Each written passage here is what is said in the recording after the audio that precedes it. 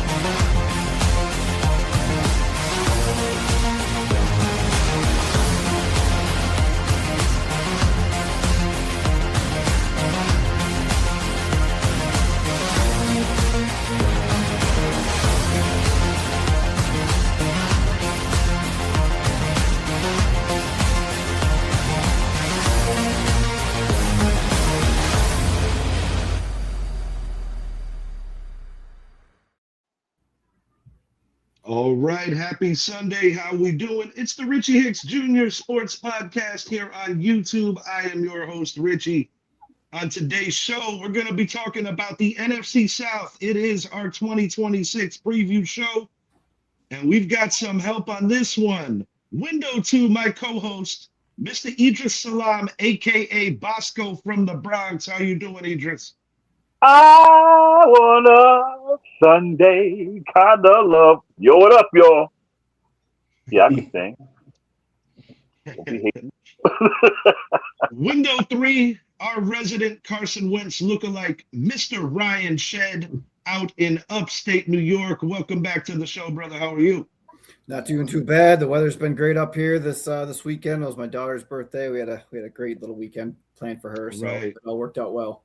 Happy birthday to her. We've got a new guest to our show through my man Book, new friend of the show, Ja. How you doing? What's going on, man? Nice to be with you guys. I'm doing all right. I can't complain, brothers. All right, good to have you as you're a proud Saints fan, along with my guy Book. Book, welcome back. Always a good convo when we have you here. How you doing today? Oh, great, man. Absolutely blessed to be here. I appreciate talking about sports with you guys, man. 100%. And we're only as good as the people that, come on the show. So appreciate each and every one of you guys. Last year in the South, it was a very competitive season, and it was a weird one because your New Orleans Saints were able to get some big victories over teams that ended up with better records. And off air, I had mentioned to you, Boop, that I thought with some of the skill add-ons and just overall roster retooling, that the Saints are going to have a pretty strong team this year. And last year, the Carolina Panthers unseated the Tampa Bay Bucks. The Bucks were running this division pretty much since the Brady era. Last time a team other than the Bucks had one prior to last year was the 2020 New Orleans Saints, which was the iconic final matchup of two legends, of course, Tom Brady and Drew Brees. Carolina tested the Rams. You know, they had a hell of a game against them. They came up a little short. I think Bryce Young bought himself a little more time to prove to the organization that he can still get it done. In Tampa, I find this to be a bit of a prove-it year for head coach Todd Bowles, as missing the playoffs is not something they're used to at least in recent time. Not historically, because Tampa does have the biggest losing percentage in NFL history. And of course, the Atlanta Falcons, one of the coolest owners in all of the NFL, Queens' own Arthur Blank, picked a quarterback that I wasn't too keen on. You know, I'm not a big fan of left-handed quarterbacks. I have my reasons. I feel that you switch the pressure to the weaker side on most offensive lines. There's a litany of reasons why I'm not the biggest fan of left-handed quarterbacks. But, Michael Penix, he had a litany of injuries in college. Definitely has been fighting to get into the league. You know, you have superstar Bijan Robinson. You're pairing the Terrell brothers, which is going to be interesting. But Atlanta's another team that has a lot to prove. But the way we do it here on divisional previews, we always start from the bottom of the previous year and we work our way back up. So we're going to start with Louisiana's pride, the New Orleans Saints. They did finish fourth last year, missing the playoffs with a record of 6-11, but were noticeably competitive. They were in a lot of games that they didn't win. They did have a sweep in this division that definitely got the attention of a lot of football fans. They also managed to really rip victory away from my New York Giants in a head-to-head we had earlier in the season in the Superdome, as they were just initiating turnovers at the best times. Tyler Shuck, this kid really put himself on the map last year. I think a lot of draft analysts felt that if it wasn't for the long injury history of him in college, where he was balling out in Louisville, that he probably would have been up there, ranked a lot higher. I think the Saints got a really good one here. I think it's actually a blessing that they were able to get him, considering his skill set and how late he went. And I'm going to let the Saints fans jump in here as I share with the viewers some of their free agent add-ons, re-sign players, and then we'll talk about the draft class and the losses. Want to go first, Boop? Oh yeah, I'll go first. Man, hey, you hit that one on the head, bro. Tyler Shuck definitely fell from the heavens. Second round, 40th pick. I feel like years from now, when it's all said and done, we're gonna go back and look at this draft and say, how? You know what I'm saying? But man, yeah, he's definitely been a blessing to us. And I feel like we got a guy that's not only physical talent, but Hall of Fame intangibles as well. And we're going to see that now that he has some talent around him. So I'm excited. I know Jai's excited. And we can't wait, man. Got Travis Etienne on board. Got Kamara coming back to pair those two together. We was able to bring back Cam Jordan. I'm excited. We actually stole a Falcon too as well, former Saint. You know, we're able to steal him away as well on defense, edge rusher. So I'm very, very excited. I know Jai's very, very excited. And we're ready to get to work. Absolutely. Just to piggyback off what Book said, you know, I really thought even last year, I wasn't expecting Tyler Shuck to show and prove the way he did. But even last year, I thought we didn't really have any expectations heading into the season. But I think it was based on an unproven situation with the quarterback room. But if you look at last year, when we started out the season, we really struggled with third down and in the red zone. So we only really had maybe with the Seattle game and maybe the Rams game where we wasn't in the game and we didn't have a chance to win. So if you look at the schedule that we had last year, we was really in every game. So now you factor in the improvement at the quarterback position, along with the acquisitions that we made this offseason, and I think it looked pretty promising. I share your sentiments, gentlemen. I like what they did with this roster. I like the fact that you bring in a bona fide three-down guy that can complement Kamara and let Kamara go out, catch the football, get an open space. I think that's vital. I also like the Jordan Tyson draft pick. We're going to post the draft picks here. I think a great compliment to Chris Olave. And the two of them together, you have a viable tight end that is sure-handed in Juwan Johnson. This is a team that I think is ready to take the next step. Idris Salam, Ryan Shedd, what are your thoughts on this Saints team as things are starting to look up in the Big Easy? Yeah, I can't say I'm surprised at Tyler Shuck because I kind of had him going to the Giants. So, I did mock him in a couple to the Giants as well because, truthfully, I didn't think we were going to get Jackson Dart. However, I am happy with Dart. I think it worked out for both teams. So I'm not surprised, kid. I just felt like he just needed a chance, and we both picked New Orleans to win the division. I gave it away. Anyway, my bad. Everything Book and Man said about them, they upgraded running back, everything. Chuck is in the second year. He get a chance to have the ball in his hand. He hasn't to worry about no one looking over his shoulder or anything. It's his team right now. He got a young coach, Kellen Moore. I mean, he's in the perfect position, man. I mean, look out. You guys. I love their first 4 draft picks, by the way. I just want to say that. Tight end Oscar Delp out of Georgia. That guy is a bona fide athlete. He played in a lot of big games. Big games don't really phase that young man. Yeah, they drafted They went to Ohio State multiple times in this draft. Yeah, they got local kid Barry and Brown, LSU. I like their draft. I really like their draft. Great draft. Yeah. I mean, they got what they need, man.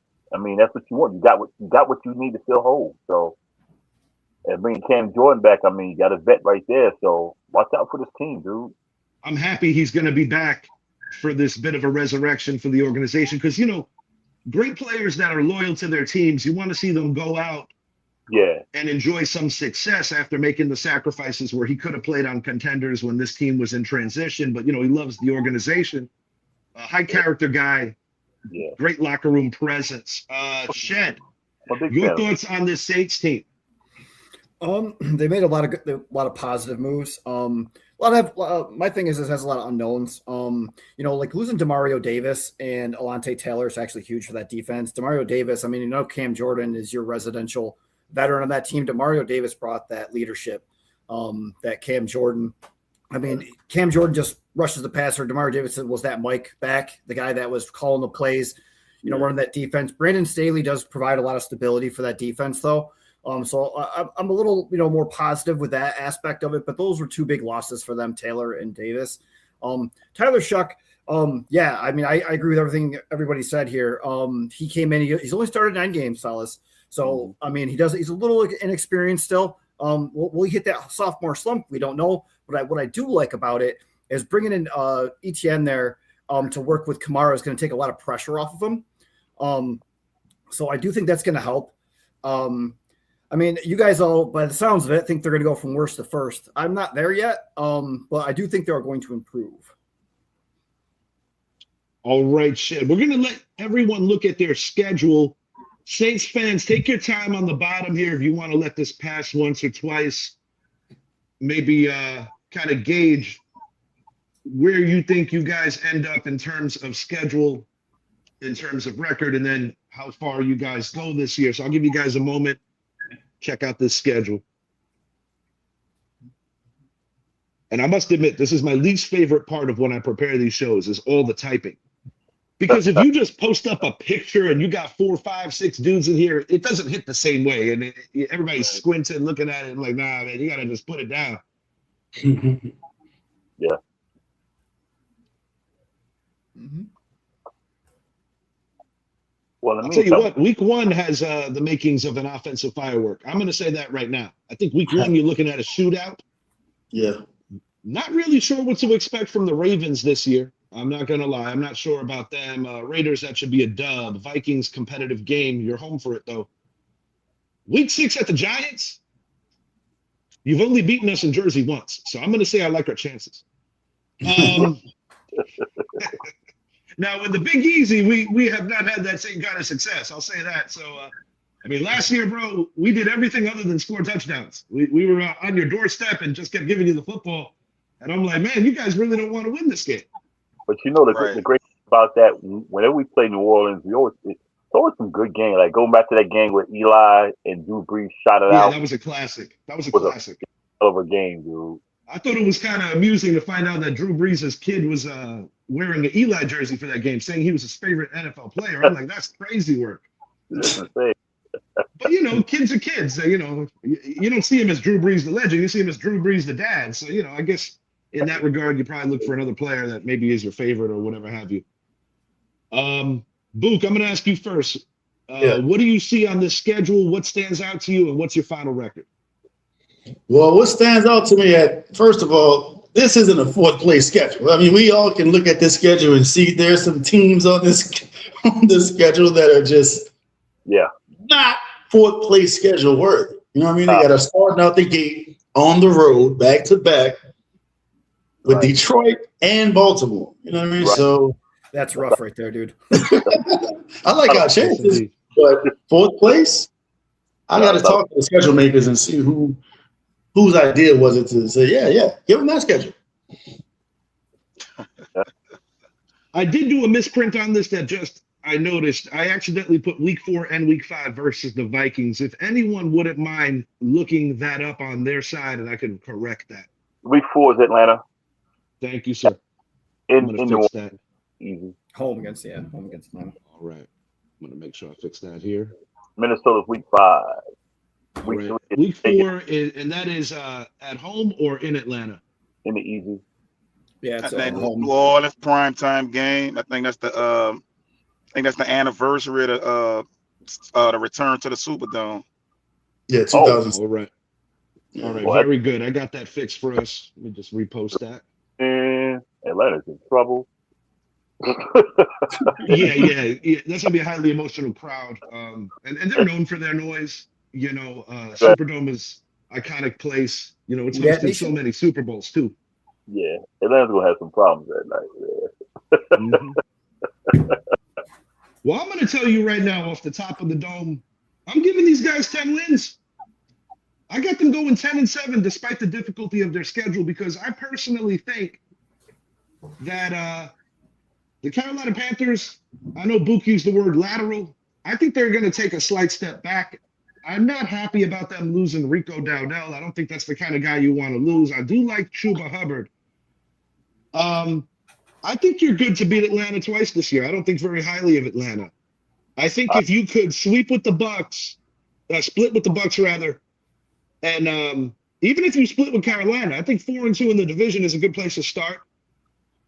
Interesting one is that Steeler game in France. That is essentially no advantage for either team. You do play the AFC North. I'm seeing 9-8 or 10-7, but I do think it'll be enough to win this division, because I actually think that, in a quarterback-driven league, that is the most important position on the field. And I think you guys in this particular division have the best quarterback, because right now, even though with the short game sample, I actually trust your quarterback more than Baker Mayfield at the moment. And although it was encouraging to see Bryce Young get a little confidence last year, nah, man. And please don't get me started about Atlanta's quarterback situation. They could have got Jared Verse and they went that route. Don't get me started on that. Yeah, I'm gonna go. Okay, ahead. Okay, I'm gonna go. I'm gonna go 9-8 with a possible 10-7. I think they can get to 10-7, but I got them 9-8 and winning the division. But I believe they can make 10-7. I think that tough start. I think right out the gate, Detroit at Baltimore, and then you go home. You got a couple of home games, and Minnesota won't be a pushover either. They got Minnesota, New York, and Pittsburgh. But I'm going to give them 9-7. I mean, no, not 9-8. But it wouldn't surprise if they get 10 wins. That's kind of where I'm at. I think the 10th win is either or. I know we have to make a decision. I'm going to give them the 10th win. 10-7 for the Saints. And I think that'll be good enough for the 4 seed. Obviously, they get a home game no matter what their record is. As long as you win your division, you're entitled to home game. So I'm going to give the Saints the 4 seed at 10-7. And for the third consecutive year, there will be a new South champion. Let me jump in right quick, fellas. Just to piggyback off what Book said, and the reason why it don't really seem that it's a 4-play schedule, because if you look at the 2 divisions that the NFC South is facing off against, you're facing off against the AFC North and the NFC North, which is 2 of the stronger divisions, top to bottom in the league. So that's why the schedule seems like it's loaded with landmines. So I'm with you guys, though. I'm in that 9-10 win window. I don't really know, what side of the coin I'm on, but I think we 9-8, 10-7ish as well. But take into consideration, 8-9 did win this division last year. And trust me, you're preaching to the choir, because I've been a Giant fan forever. And obviously, we've had a lot of down years lately. And we always seem to manage to get a top 5 schedule of difficulty. It's just the way it works sometimes. But, you got to look at it like this as fans. Yeah, you got a tough schedule. But when people look at you, they're like, "Oh man, we're playing the Saints. They ain't no pushovers no more. At least I don't think so." So I think you guys have a lot to look forward to, not just this year, but for an immediate 3 to 4 year window. Because I like the way this team is doing business now for the first time, essentially since Drew Brees hung it up. They're gonna be tough. Definitely. I agree with that. Definitely. We get the fans was giving Mickey Loomis a hard time because of this unwavering loyalty to Dennis Allen. I'm glad they finally got him over that because he's been on the road these last 2 drafts. Yeah, Dennis Allen. Yeah, that right there was a disaster. Right. Yeah, you want to talk about a disaster? How about Shane Bowen last year with my guys? There were so many times where I thought about breaking my own TV. Yeah, I did too. Guy couldn't stop a nosebleed. Yeah. Also, Rich, Chet, Idris, there's a guy that you guys slept on from our draft. John knows Bryce Lance, 4th round pick, brother of Trey Lance out of North Dakota State. He's going to be somebody that you're going to surprise a lot of people. I got a question with reference to him. Obviously, he's a quarterback's brother. Can the kid throw? Because I'm curious if they'll, like, maybe a couple of times a year, deploy him as like a different kind of weapon. I was curious about that. You asking if they might? Yeah, I'm asking if the kid could throw. I know he's a receiver, but I'm asking if the kid could throw. Because I know back when we got Odell at LSU, he was good for a couple of throws a year.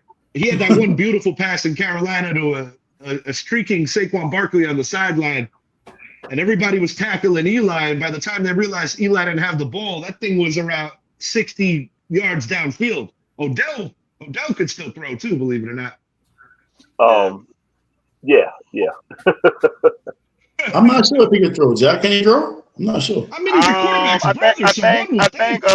I think in his background, I think he started out as a quarterback before making a transition to wide receiver, I believe. So he maybe so, but I'm not too sure about it. It's maybe got to be in the genetics, I would think. I'm like, if his brother made it as a thrower, it's got to be. Shane, what is your prediction for these Saints?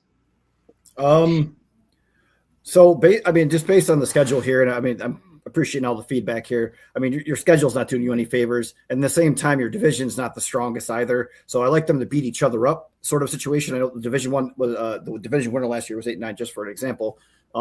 So I actually like the Saints to actually improve at 8-9. Do you think 8-9 will be enough? No. All right. So you got them. Where would you put that? What is that to you? Second or third? Second. All right. Shed says second. I say 10-7 first. Book and Ja, what's your final prediction for the record for the Saints? I have 11-6. 11-6. Bold prediction. I love it. I love it. I'm on the side of optimism. I'm gonna go 10-7. Yeah. Right. Me and John on the same page, and I think Idris, you go with 9 or 10 here. Damn, man. I'm gonna go 10, man. I'm gonna shoot for 10. All right. It's gonna be interesting. We're gonna move this along to Arthur Blank's guys. We got the Atlanta Falcons. They were third in this division last year. 3 teams finished 8-9 last year. Saints had the best record in the division. Like I said, it was a very strange year in the South last year. We got some free agents and re-signed players. I'll let that roll over the screen. Jahan Dotson, punter Jake Bailey, kicker Nick Folk. Well, they needed a new kicker because Young Wei Koo, we got a taste of how bad that was. My goodness. You talk about meme-worthy. Tight end Austin Hooper. Wide receiver Olamide Zacchaeus. This guy is a fantasy legend in my house. He won me a lot of money 2 years ago. D'Angelo Malone. Running back Brian Robinson. Linebacker Christian Harris. I'm going to hit on some of the player losses as well as we let this go over. I don't know, man. Why am I biased against left-handed quarterbacks? Let me start there. Well, number one, as I stated in the beginning, I think that you're pushing the pressure on the wrong side of the O-line because most O-lines, your best linemen happen to be on the left, particularly the tackle position. I also just don't think Michael Penix is it. I think he's got a good heart. I think he works hard, but I just don't think he's the answer. Drake London, world of talent, often injured. Bijan Robinson is an all-world running back. There's no questioning how good he is. Mhm. But when I look at this team on paper, I don't feel good about it. I don't feel good about the direction of the team. You lost kind of like your rah-rah guy in Kirk Cousins. I don't like this roster. I'm just going to be honest. I'm not a big fan of this roster. Anybody that wants to chime in, and I'm going to think about my next thought here. Yeah, you know how I feel about Michael Penix. Like I said, when he was in college, before he came out, I said, whoever drafts him, I don't think he's I felt he had first round talent, but his injuries, 2 knee injuries, shoulder injuries, left-handed, that's not a good look, man. And I felt he should go somewhere in the second round. I think Atlanta made a mistake considering the type of offense they ran. And then you bring in Tua, who you could knock him out hit him with a Sunday newspaper, and he's out cold. So, you know how thick them Sunday newspapers are. You know, you crack him in the head, it's a wrap. He got a concussion. So I think they're in trouble, man. I think they're the bottom. I think they're the bottom feeders, man. I don't see anything. You lose Algier. You got Bijan back there by himself, basically. You said London, he can't stay healthy. Good receiver though, can't stay healthy. You know, and you got 2 quarterbacks who can't stay on the field, who can't get hit. So last place, man. I'm gonna give you the record right now. I'm going 5-12. Ouch. Yeah, so to play off of Idris, I mean, losing Tyler Algier is a bigger loss than it may look on paper. I mean, he did a lot of the dirty work, giving Bijan rest when he needed it. You know, he's a power back. You know, he got those tough, gritty yards that they didn't want to put Bijan Robinson in danger for. My bigger concern with the quarterback room is that they play in a dome. Tua Tagovailoa played in Miami, you know, outdoors. The grass is a little bit more forgiving, like hitting your head. But when you're playing on that turf, I mean, one hit, guys, he's out. He's gone. I mean, God knows for how long, maybe for good, right? And then you have Penix. Again, he's already has all those knee injuries. That doesn't help him to do any favors in a dome, and they play half their games at home, obviously. So, I mean, they're going to be looking for a third quarterback halfway through the season, maybe, right? I mean, I don't really think they made a lot of, like, positive moves on the defensive side of the ball at all. They also lost Dardo Movie on the offensive side of the ball. Where I'm going with it in a big nutshell here is that they got worse. They didn't get better. So they finished 8-9 last year. I mean, I like them to finish 5-12. I'm with Idris on that. I think they're going to be the worst in the division. I'm pretty sure we know what our Saints fans feel about it. I like how this is. So I like how you already know. I'm quite happy about the funeral predictions for the 2026 Atlanta Falcons. We don't really have to hear from them, but we need to hear from them anyway. And I also wasn't a big fan of the Kevin Stefanski hire. I don't understand, you know, what they see in him, even though he got the 2 coach of the years. To me, he didn't max out that Cleveland Browns roster. I know he has, you know, problems at the quarterback position, but I just wasn't a fan of that hire as well. So I'm with you guys. I don't really see too much success for the 2026 Atlanta Falcons. You're muted. record prediction, yeah. Richie, you're muted. And Ja, what's your prediction? What's the record? Go 5-12, 5-12, 5-13, 5-12. 5-12. Okay. Yeah, 5 wins. Yeah. Okay. Yeah, to piggyback on what Josh said, I did not like the Stefanski hire. I felt like there was a bunch of other ways they could have went that they didn't go. Thankfully, I'm glad they Falcon this thing up. Yeah. But tell me how you really feel, Book. Also, yeah, as we spoke on earlier, you're not gonna beat our defensive coordinator with a one-dimensional scheme. Like, your pass game is basically going to be irrelevant, and you're not going to fool Staley with just featuring Bijan. He's going to figure out a way to limit Bijan and force whichever QB's playing into a myriad of mistakes. So I have us sweeping the Falcons, and I do like their secondary though. They got the guy from the Bengals, Jesse Hunter, I believe, and then they had the Terrell brothers. I like their secondary; it's decent, Jesse but Bates. I don't think they'll be able to sustain. It's just too much firepower, and I have us sweeping those guys, and I have them going. I'm gonna go 4-13. I don't see them being able to put up a lot of points consistently weekly. I just don't see it. So I'm gonna go 4-13 Falcons. Richie, you're still muted. Let me unmute him right quick. I can unmute him. Hold on a second. So no, I can't. I'm not on my laptop.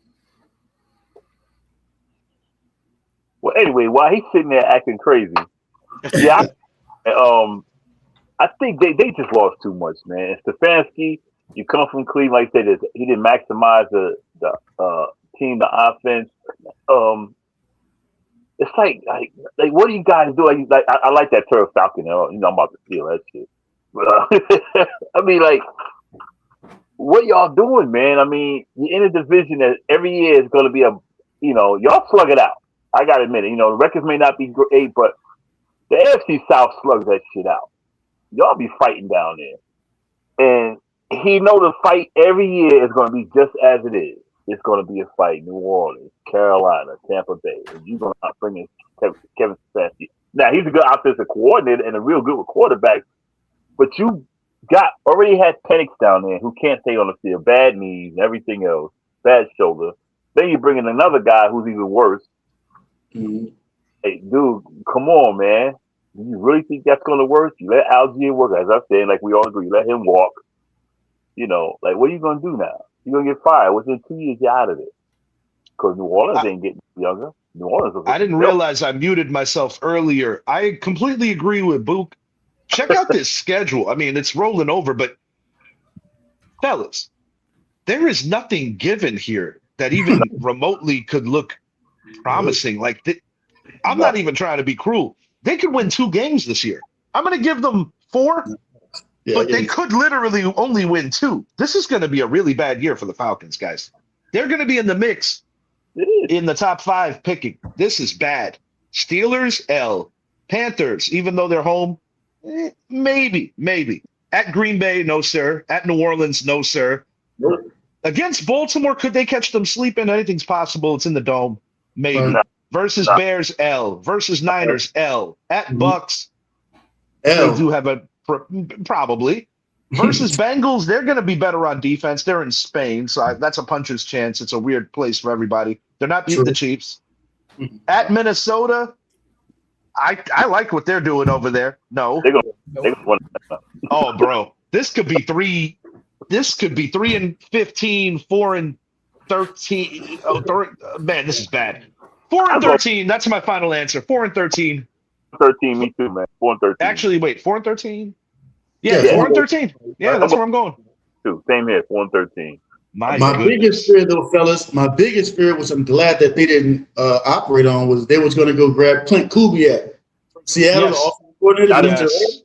That was they didn't do that, and they didn't do it. So. That'd have been a different story now. That'd have been a different story. Very good. All right, so this is just speaking for myself. I got the Saints at 10 and 7. That'll be good enough for first.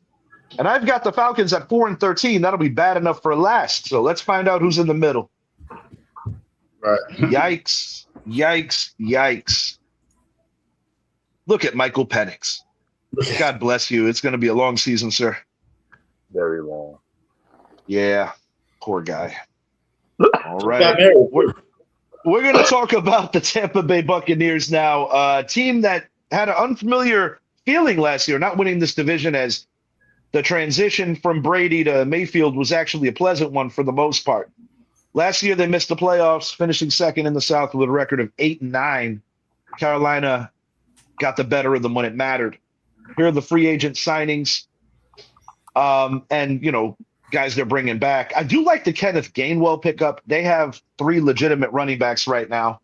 Wide receiver David Sills, who I cannot believe is still in the NFL. He always seems to make a team. Center Dan Freedy, the well-traveled Raheem Nunez-Roche, But some of the losses are interesting here. You know, Rashad White is a Commander now, helps bolster that running game. Wide receiver Mike Evans is now a 49er. That is a massive loss. I never thought I'd see Mike Evans put on another uniform. Man. You lose Jamel Dean, that's a big loss. Vindor to the Patriots is a loss that you're going to remember too. Now, granted, I thought these guys did good in the draft, but these are some veteran losses that are hard to replace. This is their draft class, which I actually think they did rather well. Ruben Bain out of Miami is a stud. I like Josiah Trotter, the second generation Trotter in the league. Wide receiver Ted Hurst out of Georgia State, hard worker. Keontae Scott out of Miami. DeMonte Capehart out of Clemson. This is a guy that can stop the run. Billy Scrouth out of my Notre Dame Fighting Irish. Best case scenario, he's a rotational piece. I thought it's a respectable draft, but you know, Shed is the guy who's most known for saying it here on the show. Are we going to get good Baker, or are we going to get bad Baker, or are we going to get Baker that, you know, is colorblind and starts throwing to opposite jerseys? Or are we going to get the guy that looks brilliant and throws for 350? You know, you never know what Baker Mayfield's going to show up, and I'm going to let Shed piggyback that to start. Yeah, I mean, I just very similarly to the New Orleans Saints. I mean, they lost not just Mike Evans as far as a veteran presence, but the retirement of Levante David on the defensive side of the ball is my biggest concern. That veteran leadership, he's been there forever. He ran that defense. Everything ran through him. Losing him is an absolute is absolutely devastating for them. You know, Mike Evans was obviously a veteran leadership piece in there, and you have Abuka, and you know, you still have Chris Godwin. They re-signed K-Dot, and so I mean, they still have some weapons. And Chris Godwin can't stay healthy to save his life either. Yeah, but he's that possession receiver that, you know, is like a similar to Deebo Samuel. You know, he's a bigger guy, can, you know, break some tackles. Again, when he's healthy, and the same goes for Deebo. When he's healthy, he's, you know, a good player. Just what Richie said about me saying always, what Baker Mayfield you're going to get. He's in contract negotiations. I mean, this is a bad thing that goes into training camps. We've seen it with my team a lot with, you know, Deebo Samuel and Nick Bosa and Fred Warner and George Kittle. All these guys brought their freaking drama. Brandon Ayuk, the most recent and worst one. So where I'm going with that is that actually affects the team and how he's portrayed and how he's playing for his team and like how he acts. That drama can really, you know, ruin a locker room. I do think Baker Mayfield is an above average quarterback. I do, especially in this league. You know, he got bounced around a lot, and he had some stability here with Tampa Bay. You know, we saw a lot of bad Baker last year towards the end of the season. He was also banged up, to be fair. He was running for his life. You know, losing Mike Evans was the big part of that, right? Evans played 6 games last year, so he didn't have that safety blanket anymore, and now he doesn't have him for good. Like, Evans is gone. He's on the Niners now. So, I mean, I just very similarly to Atlanta, I don't think they improved. I think they got worse. So I like them to finish 7-10. I share your sentiments on some of their struggles. I'm going to list their schedule right now. Let the fellas take a look at this, and whoever wants to chime in next, feel free. I'm going to let this marinate over the screen for a few minutes. Oh, yeah, that's the Saints schedule. Pardon me. Let me just back this down. Detroit. I'm with Shed. Same thing. I think I'm not going to call Baker a great quarterback. I think he's a very, very good quarterback. Serviceable. I would say. I still feel he's just above a backup, and I felt that way since he came into the league. I think he's just a few steps from being a backup still. The loss of Mike Evans. Yeah, Mike Evans missed some games last year. That was his safety blanket. Godwin can't stay healthy. Yeah. I don't know, man. And it goes back to the Saints. You know, the Saints got better, you know, and the Saints played them pretty well. So I'm going to go Tampa. I'm going to go 7-11. I mean, not 7-10. They might get 8 wins, but I don't know, man. I don't know. I'm going to go 7-10, man, with a possible 8-9. I see week 1 a potential loss. They'll beat the Browns at home. Maybe they'll beat Minnesota. Nah. I do like the matchup for Green Bay because Green Bay, you get them early in the year in hot weather. That's not ideal for Green Bay. They're not beating Dallas on the road. They're not beating Pittsburgh anywhere. They'll lose to Carolina in Carolina. They'll beat the Falcons. They'll lose to the Bears. I'm seeing best case scenario 7-10 here, gents. But 6-11 would not shock me. And then you get a nice little sandwich at the end of the month. You start and end with the Saints, and you get the Rams the week before the finale. That's brutal. Give me 6-11 for the Tampa Bay Buccaneers, and they're going to be a team that is asking themselves a lot of questions at year's end. 6-11 for the Tampa Bay Buccaneers. I like that. Yeah. Yeah, unfortunately, Todd Bowles, man, I feel like he's a great coach. I don't feel like he's gonna get. He didn't get the credit for revamping Baker's career, oddly. But he's a solid coach. But I think they're gonna can him after this year, being that they're gonna finish around 5-12, 6-11. Yeah, I agree. Who's the leader on defense? That's the big question. That's the $1 million Great question, question. Book. Great question. Right, who's going to step up? I like the young puff they got. They got Bain. They got Canty Scott. That Miami connection. I like that. That's going to fuse some energy into the defense. But who's going to step up and say, we're doing it this way? This is how it's supposed to be done. Like a rookie can do it. You know what I mean? If they're transcendent, but I don't know if Bain's going to be able to be that guy that fast. So I agree with you completely because when you think about their glory years, they had like the likes of Derek Brooks, Warren Sapp, John Lynch, more recently guys like Levante David. They had different leaders at different times that get in the locker room, get on the rookies, make sure that you're doing things that you need to do to be a successful professional. And Gerald now McCoy. they don't have that. Yeah, another good shout out. They don't have that right now, guys. They don't have that. Correct. Yeah, I'm with you guys. I think they probably need a year to retool. It's kind of like a transition type of time. With the current situation with the Bucks. I like the kid Ibuka. I like the receiver Ibuka. He can go. I definitely like him, but I'm with you guys. I'm seeing more. I'm gonna give him 7 wins. I'm going 7 wins. I give him 7-10. okay. Yeah, they're You gonna. feel- I think for John, the do you 7 to feel- go down, they got to be on the right side of a little bit of luck. But it wouldn't shock me. Yeah. I say 6-7 wins. If they do better than 7, they did good. Judd, do you feel like this will be Bowles last year as a Buck? Yeah, I mean, because they used to winning down there, and once the expectation is to continue to win, once it turns the other way, I don't see him making it through the season. I mean, I don't see him making it past the season as well. I don't see him making it past the season. So now I think this will be Coach. Unfortunately, because I like Coach Bowles. I think he's solid. I don't think he's great, but I think he's solid. He's solid. You know what I'm saying? But unfortunately, I think he's gonna get they're gonna can him after the season. He don't make the playoffs. Yeah, that's the way it goes. It's a very unforgiving league when you don't get the results. And the reason I posted the picture of the creamsicle jersey is because it wasn't a coincidence. The old school Bucks fans that suffered mighty, that's what they were wearing. And my team back in Long Island when I was just a kid was the Inwood Buccaneers. We wrote a letter to the Bucks to have the permission to use their logo, but we had the color scheme that they currently wear now because the adults and the people that were making the decisions were like, man, we're not running out with no creamsicles. I'm not scaring nobody in that. But, I love the creamsicle, by the way. Yeah, I'm not going to lie. It's a beautiful fit, but it's not scaring nobody. It is a beautiful jersey, though. I'll admit that. Yeah, definitely. Yeah. Sorry, Bucks fans. I think the majority here feels that it's going to be a long season for the pirate ship. I will say this, though. If you have not seen a game in that stadium, make it a point to do so. It's a really good environment. And for the most part, my experience, Tampa fans are pretty cool. Better luck next time, Buccos. Yeah. Yeah, I went to JPP's comeback game after his 4th of July theatrics.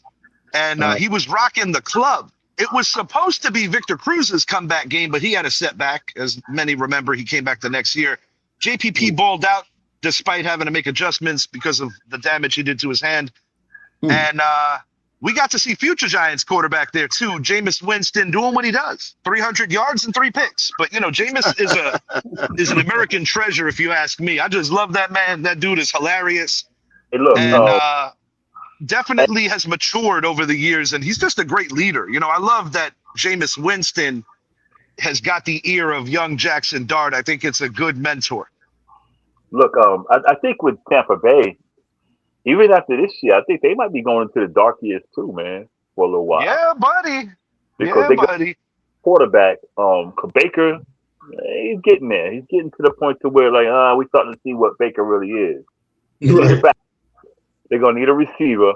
You're gonna need a lot of stuff, dude. They might be going into the dark years, back to the creamsicle days. Well, not that bad, but Well, I mean, to put it in perspective, bro, they had a nice little winning percentage with Tom Brady, and it still didn't move the needle on being the most losing franchise in the history of the NFL. Nope. I think their winning percentage is a hair under 390, which is just putrid. Those creamsicle years hurt them real badly. Man. Yeah, bro, because you got to think they had the Derek Brooks era when they had Gruden, or even the Dungy era, which kind of set the platform for Gruden to win. And then you had the Arians and Bowles era where they were very good football teams. But, man, the creamsicle era still got them on the bottom. Something, man? I remember when they first – I'm that old. I remember when them in Seattle came into the league, and I think I was in 6th grade. I can't remember. They're like, wow, you see those uniforms they got on? We laughed because they were orange. We're like, wow. Well, they're from Florida. My teacher like, well, they're from Florida. Like, dang, those things are ugly. And they couldn't win. And I think the greatest line of all was when they asked John McKay, what do you think about your team's execution? He says, I'm all for it. I think that's the best one-liner ever from a coach. Yeah, that was a man that was really regretting his career choice, because coaching is one of the toughest things to do, no matter how much you know about the game. Teaching the game versus playing the game, two different animals. And it takes a different level of patience, devotion, and understanding, because it's almost like being a parent too, because it's like you have to, act different with different personalities. Some guys you got to scream on, some guys you got to coddle, some guys you got to build up, some guys you got to keep in check. It's not easy coaching, man. And I had some great coaches coming up, and I'm blessed to say that, but coaching is not easy. Nah. All right. Last but not least, we're going to talk about the Carolina Panthers, the defending champions of this division. That is Idris's backyard currently. Idris lives in Asheville, transplanted New Yorker. Like many of us, we come down south eventually. I saw a little bit of growth last year with Bryce Young. I thought it was encouraging for his career trajectory, because he desperately needed to do that. And Idris said it best on a recent show. He said that C.J. Stroud and Bryce Young basically switched careers, because C.J. Stroud is looking like Bryce Young now.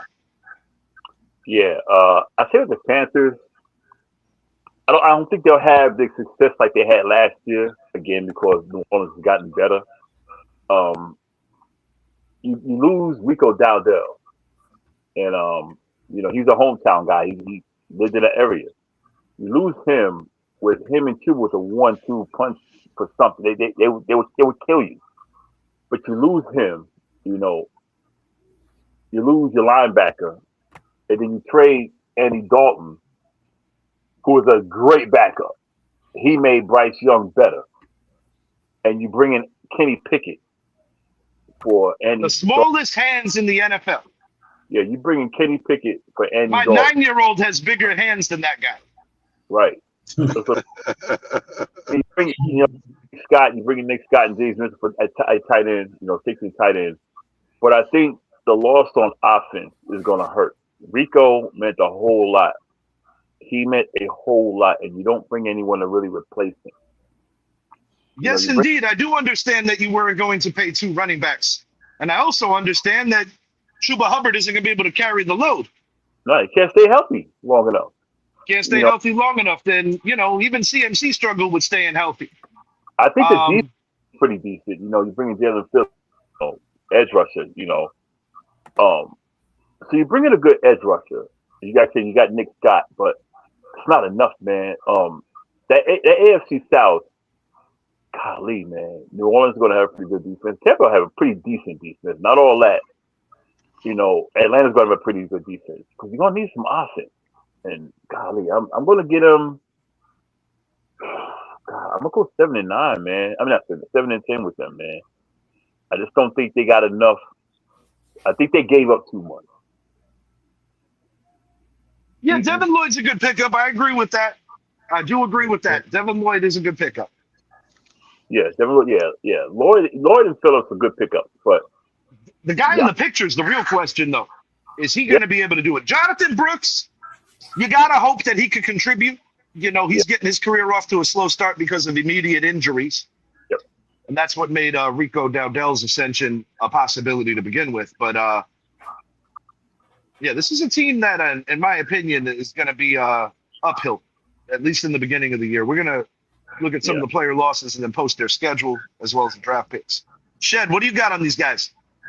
I kind of stole my thunder a little bit, but I like the improvements they made on the defensive side of the ball. And remember, they gave everything they had against the Rams. I mean, the Rams barely beat them. I mean, and Rams were arguably Super Bowl freaking contenders. They should, they barely lost to Seattle. Where I'm going with it is they added Jalen Phillips, they added Devin Lloyd. They improved that defense substantially just by those two pickups alone.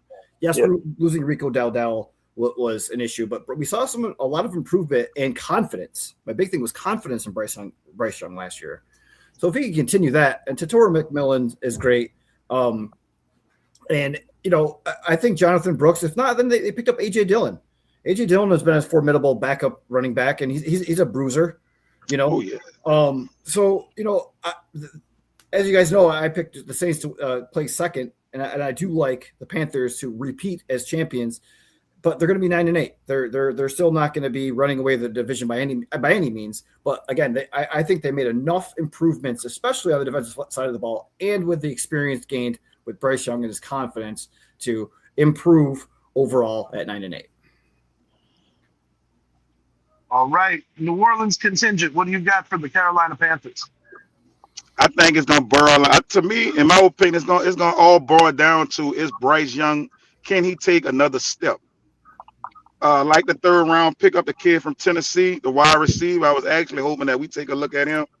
I think that of course you got McMillan, offensive rookie of the year. I like him. I like the defense. I like the defensive interior. Me being an offensive lineman myself, them two studs at the D tackle, them guys are scary. So it all gets to, in my opinion, it's going to boil down to if Bryce Young could take another step, be more consistent.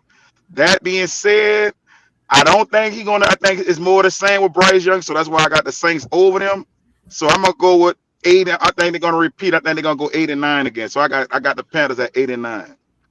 My favorite draft pick is their first one. Monroe Freeling, just a massive human being out of Georgia. I think he's gonna catch on quick and be able to move the pile. Lee Hunter out of Texas, pretty good run stopper. To your point, I like their receiver that they got. I also like the safety out of Penn State. I've seen my fair share of Penn State games. I think he's going to be a solid pro in due time. He's got to be a little more patient and not run as many routes. Sometimes he's susceptible to getting beat by the long ball. But I'm with you. I see 8-9 for these guys. I think they're going to win a couple of games where you feel good, but I also think that they could play down to the level of their competition. Like, inconspicuously lose a game to like Atlanta or somebody that you would think that they're better than. And that's where I see the Panthers this year. I see them at 8-9, finishing in second in the South, but not good enough to be a wild card in the NFC playoffs, even with the additional 7th team now. Give me 8-9 and kind of in the middle of the pack of the NFC is my final prediction for these guys. Hold up. And that's your schedule. I finally figured out who he sound like. Not Buka, my man. Sound like George Foreman with that Cajun accent. I'm like, I heard this. It's George with a Cajun accent. We can market that I'm already thinking about marketing ideas. We got to get this man a grill too. The Raging Cajun Grill. Right, exactly. Love it. I was like, I heard this guy's voice somewhere before. You guys are making me hungry right now. I'm gonna go want to get some jambalaya. I'm in the door too, ready to eat, man. Yeah, that's one thing in Louisiana. They know how to cook and they know how to eat out there. I go to because I always stop in Louisiana, man. I have to. Food's insane. The food's next level out there. I gotta say that. And coming from New York, we appreciate good food. Louisiana has some great cuisine. That Cajun food is my favorite. No joke. Yeah, I ain't supposed to eat it, but I do anyway. Yeah, I'm pretty much the same with all you guys, though. I got the Panthers at 8 and 9. I like what Bryce did last season. They did lose Rico. T-Mac it looks like he's going to be a stud. I like their secondary. I like J.C. Horn. He battled some injuries last season. Damn good player, J.C. Horn. Yeah, I like J.C. Horn though. I like their secondary. Yeah. In general, I see 8 and 9 as well. They may surprise me with a win here. Maybe can possibly make it 9 and 8. Did they have any overseas games? I believe they are overseas ones. I'm gonna let this roll through one last time. I didn't see them. I didn't see one overseas. I was typing so many of these out that it might have slipped me if they did, but I know I would have listed it. Yeah, I didn't see any overseas. I see Tampa going to Spain, right? Yes. Sure. Yeah. Okay, Thank you, sir. No overseas games. Atlanta's going to France, I think. Okay. But yeah, I got him at about 8, 9. Yeah, I think it's an exact repeat of last season, except this year it'll be deemed a little bit of a disappointment because of the fact that, I think last year they were like a good 8 and 9. I think this year it's going to be like, but it is between New Orleans and Carolina. I said, New Orleans anywhere between 8 and 10 wins. Sometimes the difference between winning and losing is 3 to 4 plays in a game, or a missed kick, or a missed assignment on a special teams play. That's how close, and not just for this division, but if you're looking at overall parity in the NFL, Shed made a good point. Los Angeles Rams were a Super Bowl contender last year. In many people's estimations, they were just as good as Seattle. They just didn't win. And Carolina had them on the ropes, so it just goes to show you any given Sunday, truly, any given Sunday, anything could happen in a 3-hour football game. And that's been proven time and time again. We've seen our fair share of upsets over the years. And, we've seen Super Bowl teams that look like they're unbeatable that come out flat on the grandest stage. So you really never know for sure. Not a lot of Bucs fans so far must be in Miami. I'll tell you the truth. My experience as being a Florida resident now out of New York, I find that Buck fans are more loyal than Dolphin fans, but everybody, it's just what I've run into. Or maybe a better way to put it is I haven't run into a lot of Dolphin fans that know what they're talking about. I think that might be the best way to put it. And then you got the real old people that are like still talking about Dan Marino, who has, who sadly only got it done in Ace Ventura. But I did enjoy the scene where they were beating the crap out of the Philadelphia Eagles mascot. So good job for you, Jim Carrey. Good job for you. Snowflake. That's right. That's right. Gentlemen, I think we did a good job of covering these teams, but anything else you guys want to talk about? It could literally be anything at all. How y'all feel about LeBron to Philly? Yeah, bro. LeBron to Philly. I had done a show the night before he signed and after he signed as well. I said if he wanted to win, Philly gives him the best chance, but given the aches and pains of a 40-something-year-old, I really thought that he was going to go to a more warm weather climate. And I wonder if that leak actually hurt the Miami Heat, because I thought for sure we were going to see 2.0 in Miami. But I'm not going to lie, as a Knicks fan, although I don't think the Philadelphia 76ers have enough defense, he does bring accountability there. They are a relatively young team. You bring in a former NBA champion, Jaylen Brown, who I think was a bit of a scapegoat in Boston. I thought he got a raw deal in terms of the blame game. I think Philadelphia is going to be heard from. I still think my Knicks are the best team in the East. I really mean that, not because I'm a fan. It's just what I believe. But, you still got to account for Detroit. they got that sour taste in their mouth of having the best record in the East and not getting it done in Game 5 or in Game 7 at home. That's got to be a tough pill to swallow, So I relate to what it was like on the way up, losing home games you're supposed to win. It's part of growing as a team. But as far as Philly goes, they are my runner-up in the East. I think we're going to see Philly, New York, just to add spice to the rivalry. And I think it's kind of ironic that my Yankees happen to be in Philly this weekend when all this LeBron stuff went down. Well, I'll be honest with you. I don't share the same sentiment. I just don't think they'll do it, man. I mean, LeBron can't play 82 games, only play like 62 games a year. And B, we know what he does every year. He can't play full time. They really don't have much of a bench. They got a good bench, but they don't have much of a bench. And you got a lot of people who need the basketball in their hand. Edgecombe needs the ball in his hand. Maxey needs the ball in his hand. Jaylen Brown needs the ball in his hand. LeBron needs the ball in his hand. And B needs the ball in his hand. And we all know no matter where LeBron goes, and I'm not trashing him, but everywhere he goes, everyone has to change their game to fit him. I personally think his best value to this team is going to be as a facilitator and at different junctures of the year, mixing and matching, possibly introducing him as the lead dog of the second unit, similar to what LA did, because it's not necessarily about if you start or if you're coming off the bench. It's the big minutes down the stretch, the big minutes before the end of every half.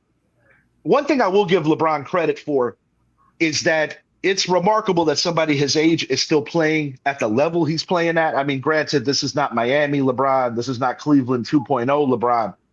But it's still remarkable because when you think about guys that were approaching this age in the 90s, they needed to be like wheelchaired out there. I don't want to remember Robert Parrish when he was old. I don't want to remember Patrick Ewing when he was old. It almost makes me want to cry with the knee pads and everything hurts. There were so many great players that hung on a little too long. Do I really want to think about Sir Charles when it looked like he was training at Burger King? You know what I'm saying? Like, I love these guys, but they got old. And I give LeBron credit for taking care of his body, even though a lot of people roll their eyes at the rest minutes. It's a different era in the NBA for sure. Well, I thumbs down to answer Boo's question because what Richie and Idris touched on was, it's remarkable. But yeah, because the reason why Michael Jordan and all those guys were retired by now is because they got their ass kicked straight up. That's a legit point. He can play that long because you can't touch him. I mean, he's a defensive liability. So Joel Embiid is a walking freaking medical exam. I mean, he's hurt every other game. He's a hell of a player. Yeah, dude. I was hoping he retired. I'm just so sick and tired of it. In my personal opinion, he ruined the NBA. The flopping, the everything else. Michael Jordan is my GOAT. Sorry. Dude, I know a lot of people refer to him as LeFloptimus Prime. But never forget, the original flopper that made it look so effortless was none other than Serbian megastar Vlade Divac, the greatest flopper ever. Yep. LeBron took some acting classes from Mr. Divac. But you know what? Vlade made it look good. Yeah, he did. Vlade made it look good. No. Roddy had that beard. He looked like one of those hardware guys working at Ace or something. But man, that dude knew how to hit the deck with the quickness. Made it look good. I mean, it was true. I'm not sitting there saying, I'm not taking this back a little, but Vlade made it look good. It was unheard of at the time, so it was new. But now everybody's flopping, and LeBron's the worst one. He's the poster child of the NBA. Why do you think no one watches the NBA anymore? No, the one I love about LeBron is when he gets like air slapped and he does this thing with his eye. Man, I can't stop dying. And he still tries to get. I'm like, what? I'm like, bro, what happened, bro? That they knock out of contact? What are you doing, bro? You're too big of a human to be down like that, bro. And see, that's the issue I had with him. Because don't get me wrong, he's a great player, man. There's no question. But I never said he was a bad player. I never said that. I got a question for Shep. Yeah, before Jack go, I know Jack ready to chime in with his take. Let me ask him this one question before you chime in with your take, Jack. So Shep, you say you're an MJ guy. Okay, cool. So if you can go back and just start his career over, LeBron, okay. What is it that he could have done that he didn't do to surpass Mike? in your opinion? I can answer that. Great question, Book, and I appreciate the question. The fact that he had to go ring chasing was problem number one. Yeah. Dude, just stay with your team and have them build around you. Don't just go ring chasing and have this big press conference to go to play with Miami with Chris Bosh and Dwayne Wade and try to go win not 6, not 7, not 8. Like, he did it to himself, and then he went from there to go ring chase again. Got to Cleveland. Then he went to Cleveland to LA to do the same thing. Now, what do you think he's doing in Philly? He's doing the same exact thing. I can't wait to get on this one. I got some fuel on this one too. Look at the team he's got around him now. He's ring chasing. I'm like 100%. Popping over here. Let me add the shit. I always say LeBron's best, and Richard will tell you. I've always said that LeBron's best season was 2007, even though they got eliminated because he took that team of basically no names to the NBA Finals. Yeah, no names indeed. I say that's his best thing. My issue with LeBron, I said, great player. I'm not going to take none of that away. But it's like Shed said, you could have stayed in Cleveland. Cleveland wasn't far away. They won 66 games, 61 games back to back. They wasn't far away. They needed a player or two. But you went to Miami. And joined 2 superstars who came into the league with you, plus a team that already just came out of the playoffs anyway. They went to Cleveland, brought a whole bunch of players in the win.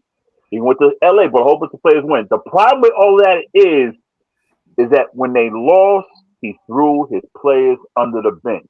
When he won, he was praised. Yep. Self-proclaiming himself the GOAT. Come on, Kyrie dude. praised for what he did in that Cleveland series. Kyrie lit that shit up.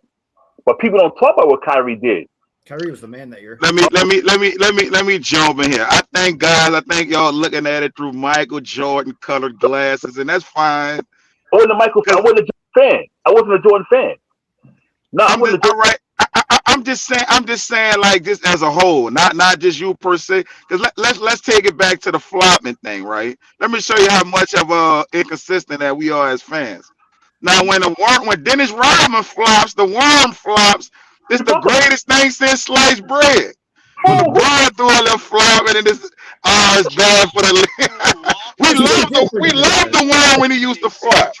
John, there's 2 differences though. The league was a lot physical then. Now you can't even touch guys, and someone breathes on him, and he flops, and he flies halfway across the court. No, I will say this: the Bad Boys Pistons of the 80s and early 90s, that was like legit. Like that was assault on every level. You got goons like Rick Mahorn and Bill Laimbeer clotheslining people in midair, dropping elbows, busting up faces. Like Rodman was on that team too. He was in goon mode too with those guys. Even Isaiah Thomas, one of the greatest point guards to ever play. But listen, he was a little guy, but that dude had his goon moments too. That was the culture of that team. But the thing about it is when Rodman did it, we all said it. We said how Rodman was flopping. Nobody gave Rodman a pass. But to surpass Jordan, I'm gonna hit on this for a moment. Hold on, we're talking about possibly the 2 greatest players ever. Rodman is not on LeBron's level. You're talking about comparing the 2 greatest players ever. If I'm gonna put, okay, let's take away the flopping. Why I'm putting Jordan above LeBron? Let's take away championships. It's all about the hardware. Defensive player of the year, offensive player of the year, scoring champion. All of those. All that's Jordan, all the way down. I could poke holes in that as well, but go ahead, continue. I got a rebuttal for all that. LeBron, right. Well, win a defensive player of the year, you can't beat that. That's the best. That's the best. Offensive player of the year, offensive player of the year, defensive player of the year, points champion, and NBA champion, 4-time. 9-time NBA tied for the record at his position. 9-time All-NBA first team along with the glove Gary Payton. My thing, what separates Jordan and LeBron is a simple one to me. Mm-hmm. The power in the NBA up to that point was the big men. Michael Jordan changed the power to the 2 guards being the most important position in the NBA. And if you look, it really hasn't deferred from that or smaller players, not the 5 anymore. Mm-mm. Now we get it. He joined a Bulls team that was aging and was disoriented. He did not win a ring without Scottie Pippen. That has long been a thing. But there's a lot of ways to look at it. Kareem Abdul-Jabbar didn't win a championship in Los Angeles without Magic. He did win with Oscar Robertson in Milwaukee. A lot of people feel those are the two greatest point guards of all time. There's a lot of ways to poke at anyone in terms, because nobody wins it alone. I think we could all agree on that.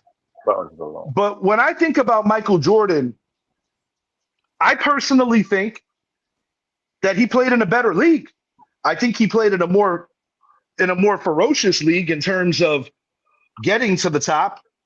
But most importantly, Michael Jordan didn't have to leave his original team to finally win. He stuck it through. He got his ass kicked by the Celtics and the Pistons and the Sixers. He got a taste of what looking like a champion was whenever they would go out west and get busted up by the Lake Show of the 80s. I will go as far as saying this, though, and I've said this recently. If you could put prime for prime in terms of legendary squads, I wholeheartedly believe that the Showtime Lakers would not only dust the Chicago Bulls, but I also think they would dust the Golden State Warriors.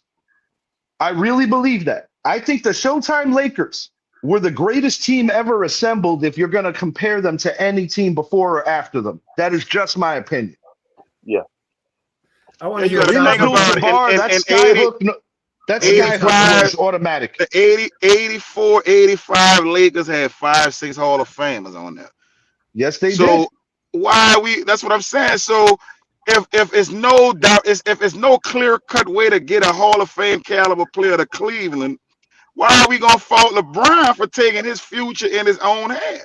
If we look at the 80s and we look at the great teams through the annals, the 70s, the 80s, they all had 3, 4 Hall of Famers on it. It was stacked.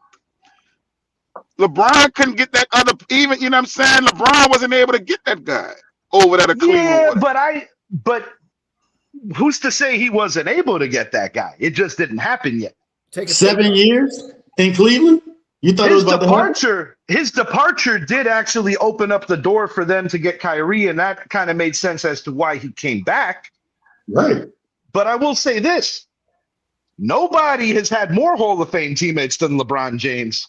And when you consider that this man has played, when it's all said and done, 2.5 decades, not finishing on top 21 out of 25 times, I'm sorry. That's not GOAT worthy. You got to have a winning record in the finals. You get compared to the guys you played with, not even the guys that came before or after you. And if you look at his contemporaries, D Wade won before he got there. Steph Curry won before KD got there. LeBron had to go and search it out before he won. Now, is it as egregious as KD? No, it's not. LeBron has a better legacy than KD. And I'll give the man respect. To win in every team you ever played for, that is no small task. And I do think LeBron's one of the greatest players to ever do it. I genuinely believe that. But I also believe that when it comes to a killer instinct, he doesn't have it in the way that other legends before him did. Because in no planet, in no way in hell, is any team with Michael Jordan losing to no J.J. Barea team. I'm sorry, no, sir. Nope. That had to be one of the biggest fails I ever saw. And not just on LeBron. They had a better team roster. swept Kobe, though. That team swept Kobe, bro. Yes, they did. They did. That they did. And they beat KD. They beat KD, Harden, and Westbrook 4-1. They did that team too. just had the juice. Yeah, that was a stacked team. They didn't have the names, but they had the game for a fact. And Kobe let's just talk a hypothetical for a second. Yeah, good. If Greg Popovich doesn't pull Tim Duncan out on that free throw, opening up the lane for Ray Allen to hit that big three. 1 in 3 in Miami if you don't get that opportunity. All right. You had thousands of Miami fans that fled the American Airlines Arena and were trying to get back in. Yeah, I'm sorry. When you make a big three like he did, 500 in the finals just ain't cutting it for me. All right. Now let's talk hypotheticals on the flip side. If KD doesn't join the Warriors, what are we talking about? We talking about that. I agree with. That is why his legacy is not as good as LeBron's, because what LeBron achieved with Cleveland on the 2.0 stint is more impressive to me. And I'm not going to sit here and tell you that LeBron going to teams, he wasn't the straw that stirred the drink. I would be ignorant if I said that, and I'm not going to do that. All I'm saying is a lot of guys got to the top without having to jump everywhere. And in the old days, guys did it when they were like basically on their last leg. Here's a couple of examples: Karl Malone and Charles Barkley. LeBron right now is older than those guys, and they're talking about Philly around the league. LeBron right now is older than Karl Malone. 100%.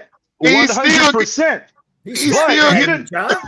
But in that era, you didn't have rest minutes and load management. You didn't have all that back then. But listen, the pace of the game is much more faster now. You playing 20, 25 more possessions in the same 48 minutes. You know why? Because Steph Curry allowed everybody to think that they could shoot threes too. It's like when Oprah throws out the gifts: a 3 for you, a 3 for you, a 3 for everyone. I understand the 2-for-1 logic. I do get it. But not everybody is Steph Curry. And to take it a step further, his daddy was a hell of a shooter too. And I'm old enough to say that I've seen them both play live. That's definitely. But it's a great debate. And truthfully, there's really no wrong answer. Because one thing I always liked about 23, and believe me, I'm a Knicks fan, so I ain't no Jordan fan. I want to make that clear. My favorite Bull was Scottie Pippen. My favorite but if we're going into like that era or just that mentality, one thing I always appreciated about Mike was that he never claimed to be the GOAT. Because he would bring up names like, talk about Jerry West. Well, I never played him. Or I never played Wills. Or I never played so-and-so. So the humble nature, I think Jordan's thing is guys like us, you guys could fight about it. You guys could debate about it. And one thing I do want to say in closing, unless anybody else wants to add anything on this one thing that has always burned me is that while I have a lot of admiration for the late, great Kobe Bryant, I respect LeBron's game. I respect MJ's game. I really get annoyed how forgotten Irvin Magic Johnson is when you consider that man only played 12 years, left the league as the all-time NBA assist leader, and in 12 short seasons made the finals 9 times, winning 5 of them. And were it not for an uneducated world with the HIV virus, this man would have been able to keep playing, and Lord knows might have had 7 or 8 rings, because you know that Kobe and Shaq weren't far behind. And that's something that would have been a treat for the NBA fans to see those 3 guys play together. But like when people say Kobe's the greatest Laker, I understand the sentiment. I grew up on Magic. That's what made me love the NBA. I'm a Knicks fan. But Magic Johnson made me love basketball. Well, Richie, I got something because Book's the one that posed the question, but we really haven't heard from him. So I want to hear what Book's. I think Book might be laughing at all of us right now. Posing like the question to. I'm glad this came up. What do we all think about a good conversation? LeBron going to the 76ers. I want to hear what Book has to say about it. What do I feel about it? Yeah. What's your? Well, I like it, man. I mean, I think it's good. Obviously, good for the game. Adam Silver waited to put out the schedules. He waited on LeBron, so I'm pretty sure we're going to see Knicks Sixers early in the year, Lakers Sixers early in the year. You know what I mean? You know that's coming. Boston Sixers. He's got a couple of ways he can finagle that schedule. Martin Luther King Day is also a big day for the NBA. I remember back in high school, that was a big day for us. We always had travel tournaments during Martin Luther King Day. What's ironic is that on Martin Luther King Day, they set up rivalry games. You know what I'm saying? Yes, sir. Yes, sir. Back in New York, man. He was a man of peace. Yeah. And we got rivalries going on. But yeah, I like it, man. I feel like it gives LeBron his best opportunity to add to his legacy, a championship to his legacy, and I like it. One thing I can't deny, whether you love him, whether you hate him, whether you're in the middle, LeBron James is a polarizing figure. And I appreciate LeBron James because he always gives us good content, no matter how you slice it. New friend of the show, Job, thank you for coming in. But it sets up the table for great debates. And as sports fans, that's what we love doing, because whether he's right, whether I'm right, whether we're both wrong, there's no wrong answer, because it is solely opinion based, because at the end of the day, these two phenomenal talents never played each other. Yeah. Good stuff, gentlemen. Anything else we want to add before we get out of here? Knicks Oh in man. five. Go ahead. I'm sorry. I just wanted to say it's nice being with you guys, man. I had a lot of fun. Hopefully we could do it again sometime. Looking forward to hanging with you guys in the future. Yeah, Oh, John. yeah. Thanks for coming on, man. You're awesome. No problem. Yeah, John, you did great, John. You did great, bro. You did great. Appreciate you guys for having me. As always, fellas, I just want to shout out, our Lord and Savior, Jesus Christ. I really feel like we all are blessed to just sit around and talk about the games that we love, childhood games that we love, Hell yeah. and learn from each other, talk, the camaraderie. I just love it all. I love interacting with you guys, man. And I appreciate you. Ja, you did great, man. You did an amazing job. Idris, Chet, it was a pleasure, man. You guys are classy, intelligent brothers from the East Coast that, we appreciate you guys. My apologies, guys. It was raining pretty hard out here, and I had to cover my phone for a second. Oh, you're I right. heard everything that Book just said, though. Appreciate it, man. Yeah, this was a fun show because I'll be honest with you. In previous years, I feel that this division didn't have enough juice in terms of more opinions, and it's good to have two homegrown Saints fans join the panel. One thing that I always try to do on this show is I try to be unbiased and give everybody their shine and everybody their voice.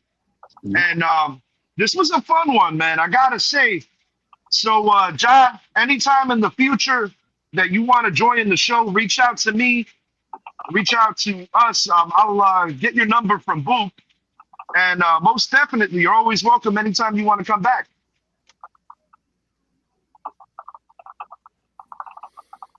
All right. Ja's on mute.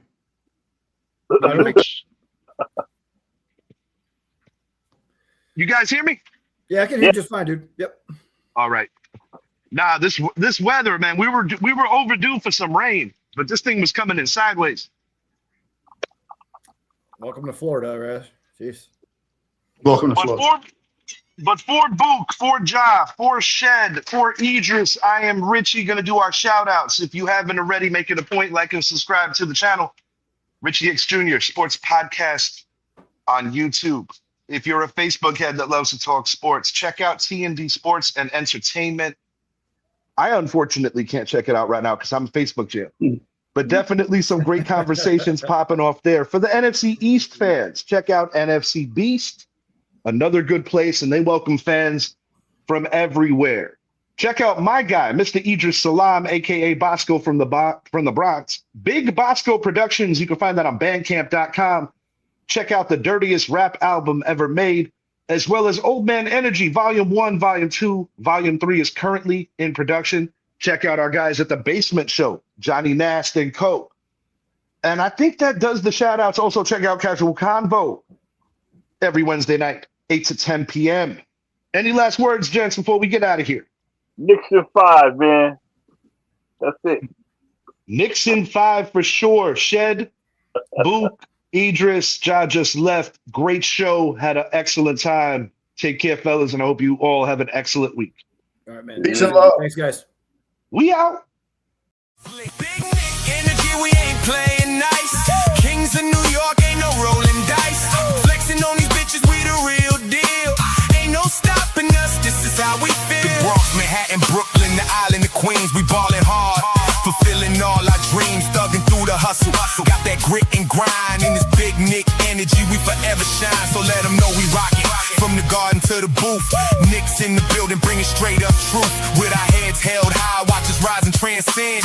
Big Nick energy, this is just the beginning.